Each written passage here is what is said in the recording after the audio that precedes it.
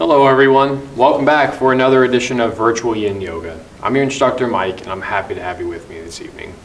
For tonight's practice we're going to do a half hips, half spine practice. Just get the best of all worlds. You know, when we're doing Yin Yoga, typically the areas that we predominantly work are the hips and the spine, so I thought it would be a nice practice for us to have a balance between the two. A few things that you may need before we get started: a yoga mat if you got it. If not, you just lay on carpet, you'll probably be fine. A blanket, pillows, yoga blocks if you got them, straps, a hand towel, any kind of prop that you feel like you need. Go ahead and grab it, and when you have it, join us back in the practice. But when you're ready, we'll start it off closing the eyes. Just take some deep breaths. Deep inhale, deep exhale. Just let everything go for this moment in time. Just really do your best to enjoy your yoga practice that you're doing. But the breathing technique that I want you to focus on is breathing low in your belly. We call it belly breathing or diaphragmatic breathing. But the essence of belly breathing, you put the hand on your stomach below your belly button. You'll feel that stomach expand when you take an inhale, and it contracts when you take an exhale. And that's belly breathing. It's the breathing technique I recommend for this practice. Again, it's a slower paced practice. We want to slow things down. Breathing low in your diaphragm will help with that. Slows the heart down, slows the nervous system down, and it slows your mind down. And again, what we're doing for our practice is Yin Yoga. We're going to stretch. We're going to hold some poses for a while in a very gentle way to work into our hips and spine. Now these poses that I give you, just know that you don't have to hold them the entire length of time. The majority of our practice tonight is going to be mostly around 2 to 3 minutes with each individual pose. So if you feel like after a minute you've had enough, that's fine. You don't have to hold the pose the entire time. But you could hold it the entire time or a little longer if you feel comfortable. My advice to you is to let experience be your guide. Let your body tell you what you need to do.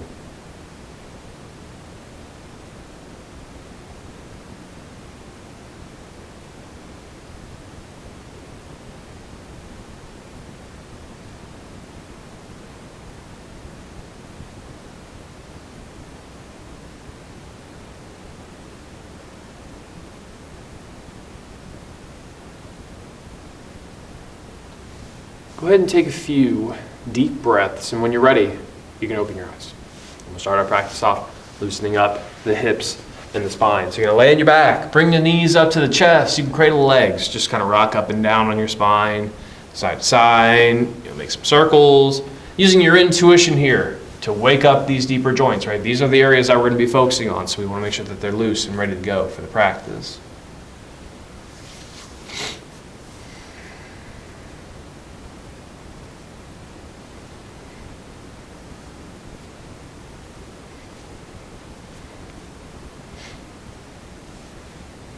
And when you're ready, no rush and no hurry. You can go ahead and make your way back for that comfortable seated position. And we're going to start off our practice with some forward bends today. Inner thighs to begin. Butterfly pose is the one I'm demonstrating right now. With the soles of the feet brought together in front of you, you falling round in the pose as best as you can. But don't worry about getting the heads of the feet. It's never the point of this. The point is to feel your inner thighs and to feel your back stretch. Right? That's all you need to worry about.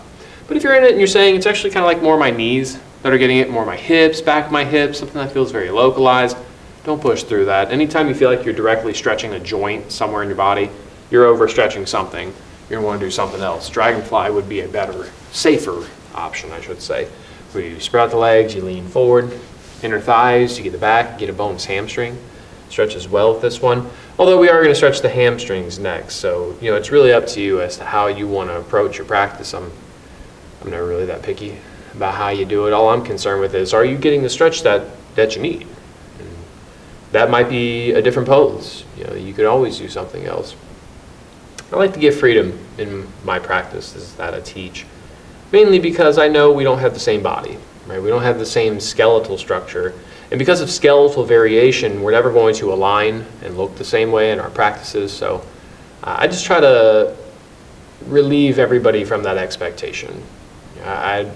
I don't want you to have to put that pressure on yourself of I need to look a certain way, because you really don't. To be totally honest with you, you really don't have to look a certain way, because we're concerned with functional perspective. Do I feel the intention of the stretch? So whatever you look like does not matter.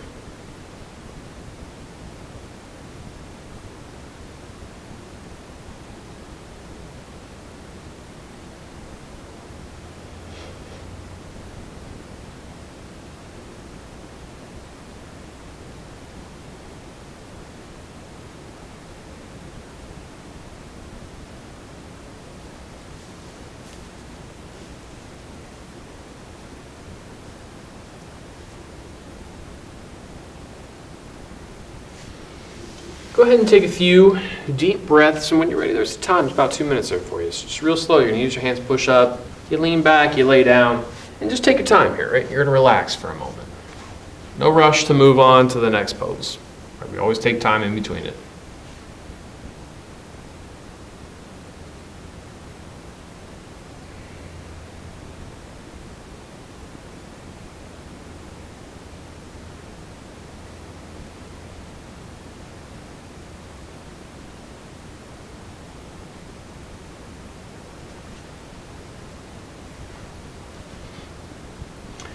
Hamstrings are coming up next. We're going to do both at the same time with our practice today.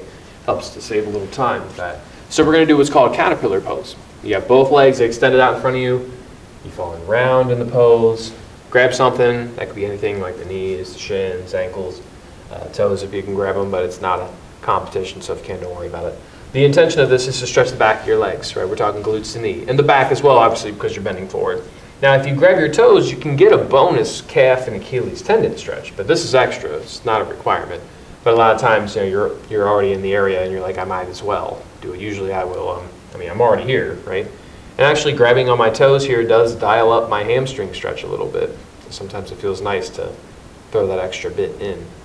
But wherever you are today is where you are. You know, if you're feeling really tight, you know, don't be discouraged if you can't bend forward. You can always modify this. You can use a prop. I mentioned if you have like a yoga strap or a towel, this would work here, where you can throw it over your feet, use that prop for leverage to pull you forward, right? Helps with that forward bend. But other ways to bend forward into it, let your knees bend. You know, you don't have to feel obligated to lock the legs down to the floor here, right? If you let the knees bend, it's going to allow more of a forward bend for your spine. So consider modifying like that, especially if it helps with the pose. You know, if you're tight in the hamstrings, you'll probably still feel plenty of that stretch. So again, don't be discouraged about where you are today, because every day we do it, it's different. You know, some days are just better than others. You know, currently I'm filming this right now in the morning, so right now I'm a little stiff. I haven't gotten up and really moved yet. The only thing I've done today is walked my dog, and you know, I drove here. That's it. So now I'm here getting my practice in, which is really nice. Got a little bit under a minute left in this pose, just to give you an idea of time.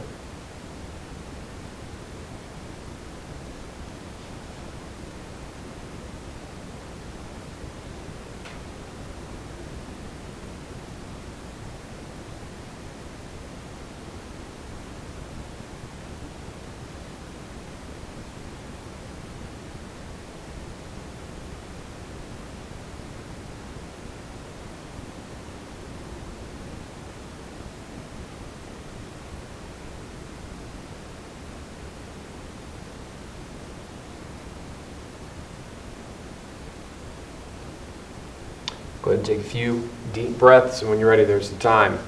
Really slowly, you're going to lean back, you're going to lay down, and take your time getting there. Once again, you got a minute. You can do whatever you need.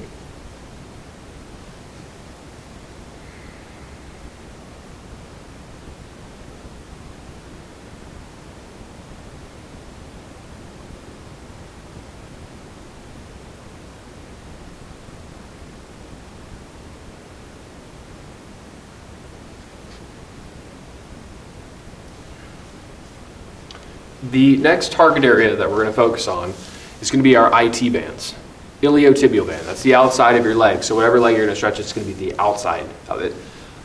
Whatever you feel comfortable with doing. I was planning on doing a swan pose for myself, mainly because it's the pose that just gives me the better stretch at the current moment in time, but also it's one of those poses that doesn't really require much space. So with the swan pose, again also known as pigeon, it's the outside of your front leg. The back leg can be heavily adjusted, but let's just start here for now. So you could have your shin parallel with the top of your mat, or you can bend your knee. Bending the knee will protect your knee a lot of times. So if you're doing this pose and you say, I actually feel knee pain, bend that knee, bring that foot in close to the groin. A lot of times that's going to help relieve you of that sensation. And then you lean forward, hands, elbows, head on the block, or head on the floor if you can get there. Back leg can be brought up around you to the side, just one way to do it, or it could be straight behind you. You know, typically when it's straight behind you, we'll call this pigeon pose. Swan pose and pigeon pose in my mind are the same thing. It just depends on the style of yoga you're doing. Like if you're planning on staying here in this pose for a while, I would call it swan pose. But if you're in like a flow style of practice, you may be in this for about maybe 5 breaths. So it's really not that long of a time. But ease in. You want to be able to feel the hips opening here, the IT band. Because a lot of people have tension in their IT band. Almost every single person does at some point in their lives. It's just one of those areas that develops that kind of tension. Just living in a human body, you get tight. Your muscles have to work, obviously, and when muscles are working, they grow sore. So it's not a bad thing. It's just reality. That's a direct effect that you will feel once you're done strengthening. In this kind of practice, you're not going to feel it, but if you're strengthening your body, the next day you should feel sore. That's a sign you did it right. And on the flip side of that, if you're going to strengthen and feel sore the next day, you should probably stretch that day to help loosen yourself back up so that you can go back to strengthening the following day. That's just my routine. If I strengthen one day, I'll do my best to stretch the next day. It's not a bad thing if you strengthen 2 days in a row or stretch 2 days in a row or things like that, but I try to not go more than that. If I start doing 3-4 days of strengthening in a row, that's when things stop becoming balanced. Right? So usually if I do it 2 days in a row, I will definitely on that 3rd day do the opposite practice.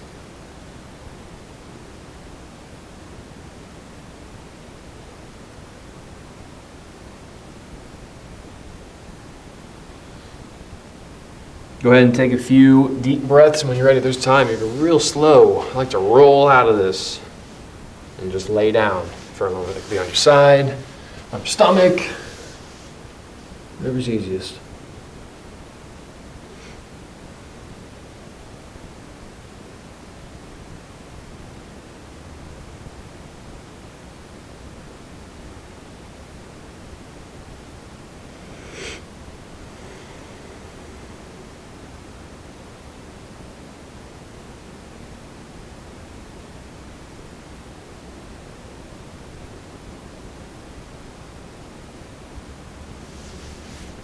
Other side when you're ready. Whichever side that is for you, just remember it is the outside of your front leg. So currently now on this side, my right leg is in front, my left leg is behind. So it's the outside of my right leg getting this stretch. A lot of ways to adjust. Shin, again, could be parallel, top of mat, could bend the knee, bring the foot in towards groin, whatever is going to protect your knee, do that. Again, usually it's bending the knee, so don't feel obligated to have that leg parallel. It's a really common alignment rule that I don't teach because I know that can really aggravate knees. Excuse me. Lean forward to the hands or elbows, head on the block, head on the floor. Back leg could be straight behind you, or you can always bring that back leg kind of around you to the side. Lately for me, back leg straight has been working a little bit better. That's why I'm heading to this. It's actually, it used to not be like this. My body is changing just as yours is, and I'm the yoga instructor. I noticed that when I first started doing my practice, the way I used to do poses is completely different as to how I do it now. That is something you should be noticing throughout your time as a yoga practitioner.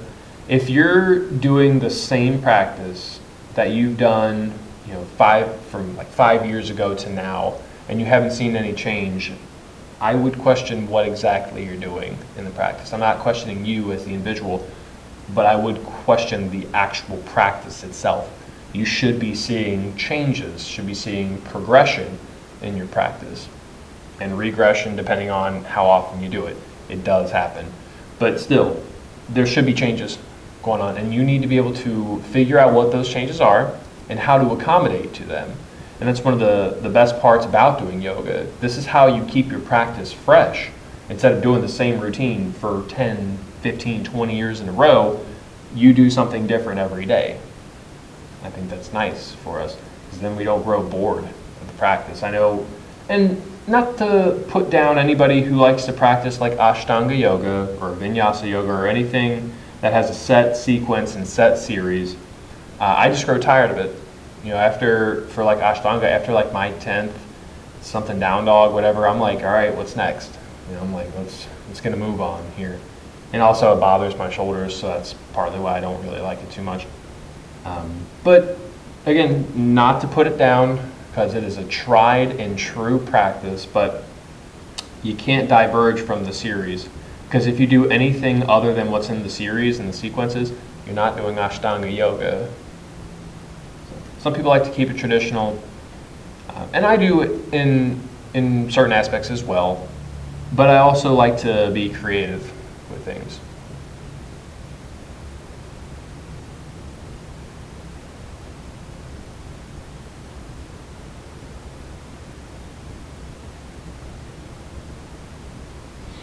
Go ahead and take a few deep breaths, and when you're ready, there's the time for you. Again, it's about 2 minutes in these poses. Nothing too crazy here today. So you go ahead and lay down, take that moment for yourself.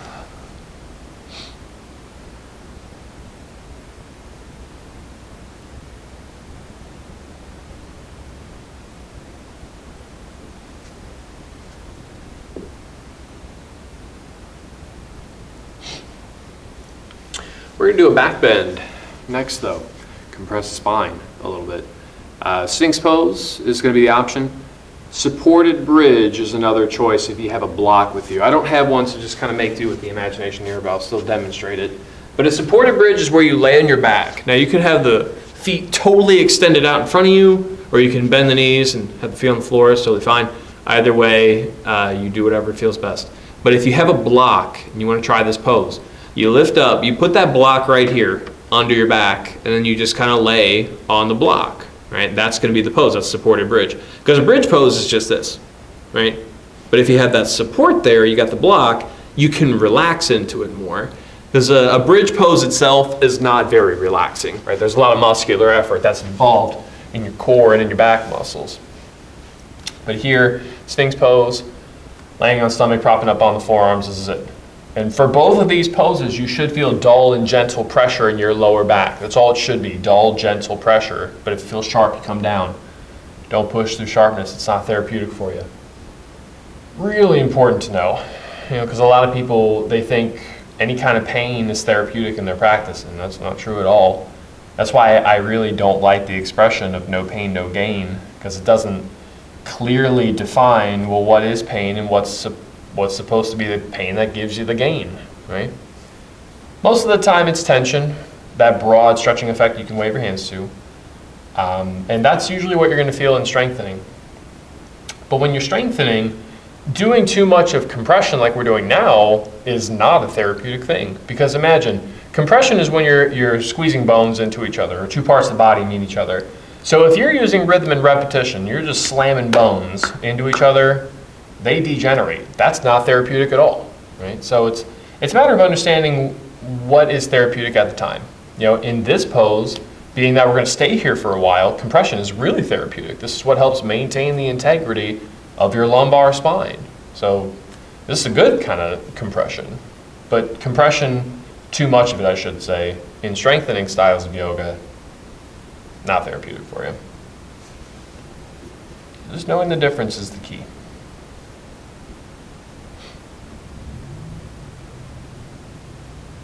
And if you're ready, there's your time for you. Just real slow, you're going to lay down your stomach, or if you're on your back, you lift the hips up, slide the block out. You can lay down on the back.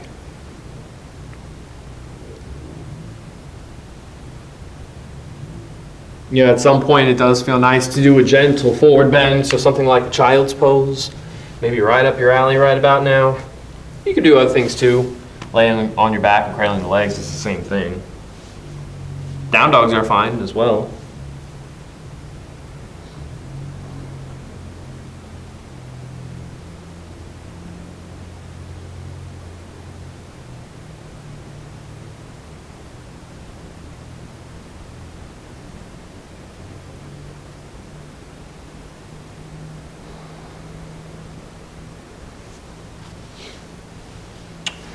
We are going to stretch our quads next, and I'm going to suggest doing both at the same time with our practice today.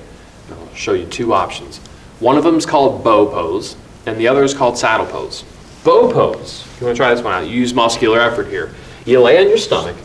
You're actually going to grab your feet, and you're going to pull them, right? And the more you would pull here, the more you would get. So muscular effort is going to be required with this particular pose.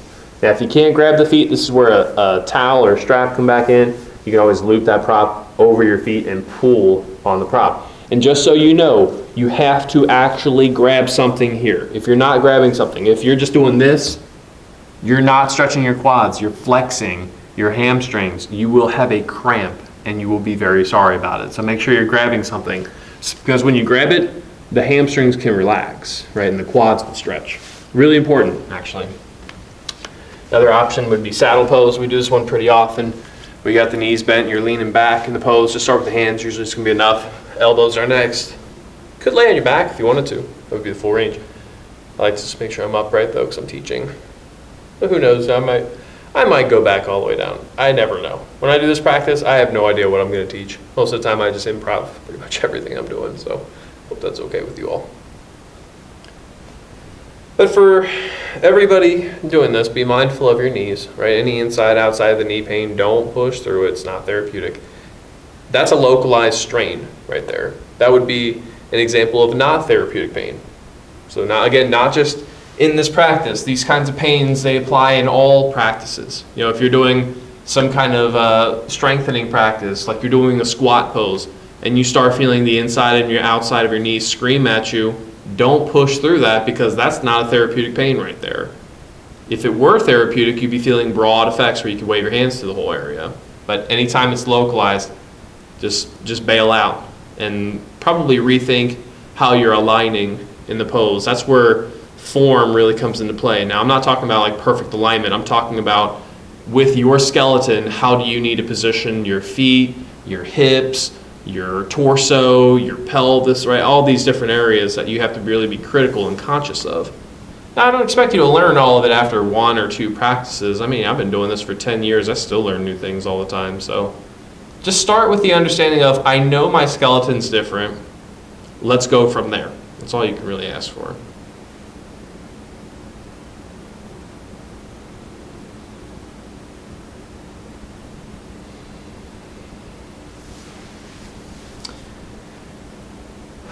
Now, when you're ready, there's the time. Real slow, let yourself out. Yeah, if you're in that saddle pose, using the hands will help. If you're in a bow pose, it's pretty easy. You just let that one go, and you're right on out. Now, you can lay down or head for a child's pose or something like that. And you got a minute to do whatever that is.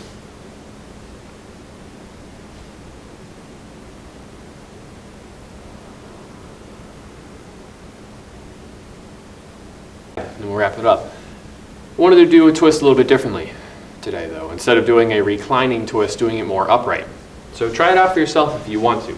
But with an upright twist, let's all do this on the same page. You have your legs out in front of you.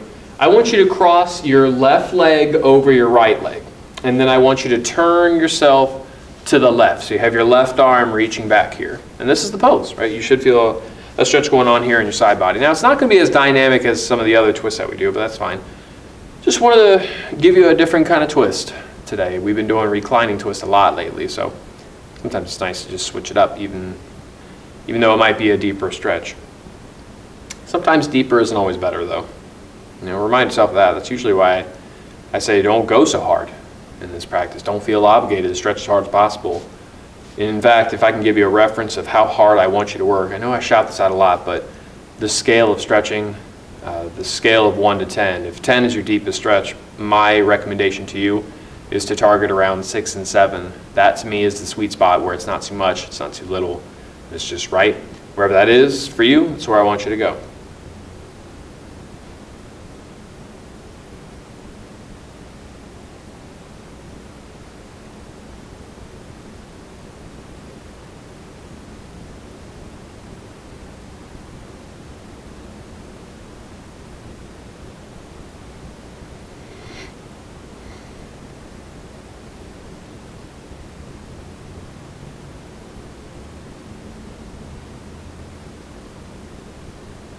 And when you're ready, there's a time. It's real slow. You're going to unwind from this twist. Pretty easy to come on out, right? I like to hug my knees after this one. You know, it's essentially laying on the back and cradling the legs, but this is just happens to be upright.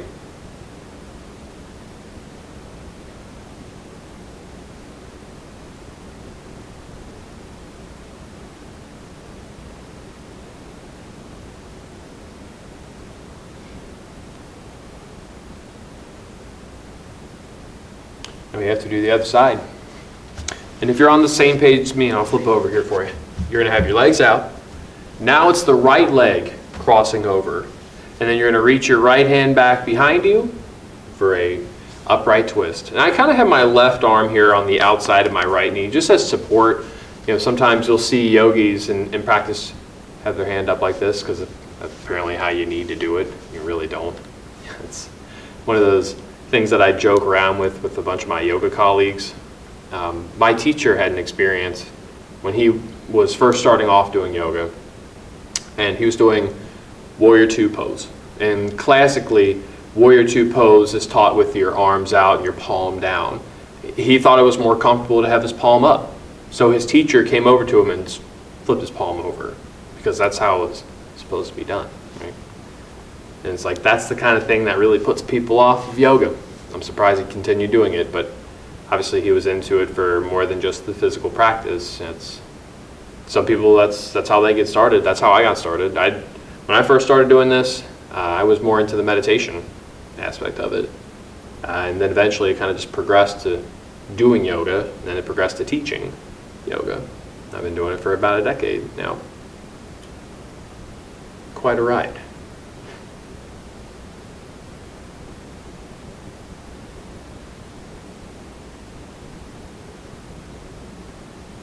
And if you're ready, there's a time for you. Real slow, you're going to let yourself on down, unwind from that twist to lay down. Got a moment, right? At least a minute to yourself, and then we're going to do Shavasana.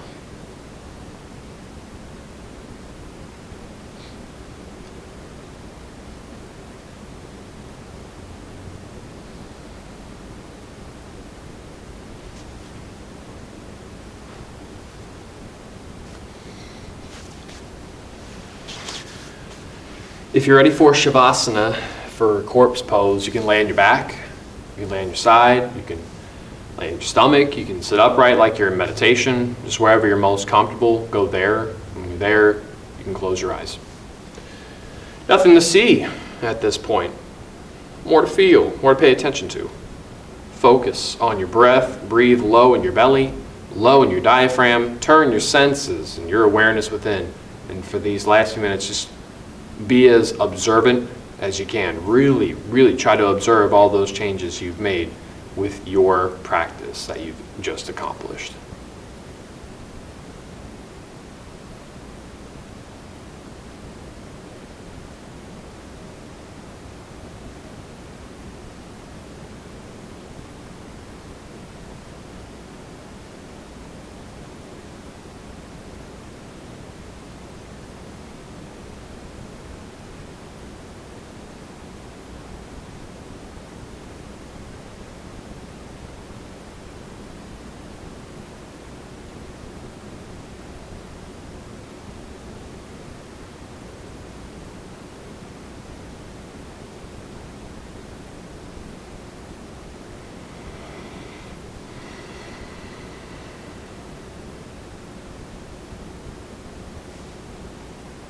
No formal ending to our practice. Keep your eyes closed as long as you'd like, but that's officially all that I have for you. I want to thank you all for watching and sharing your practice with me. It has been my pleasure. Namaste.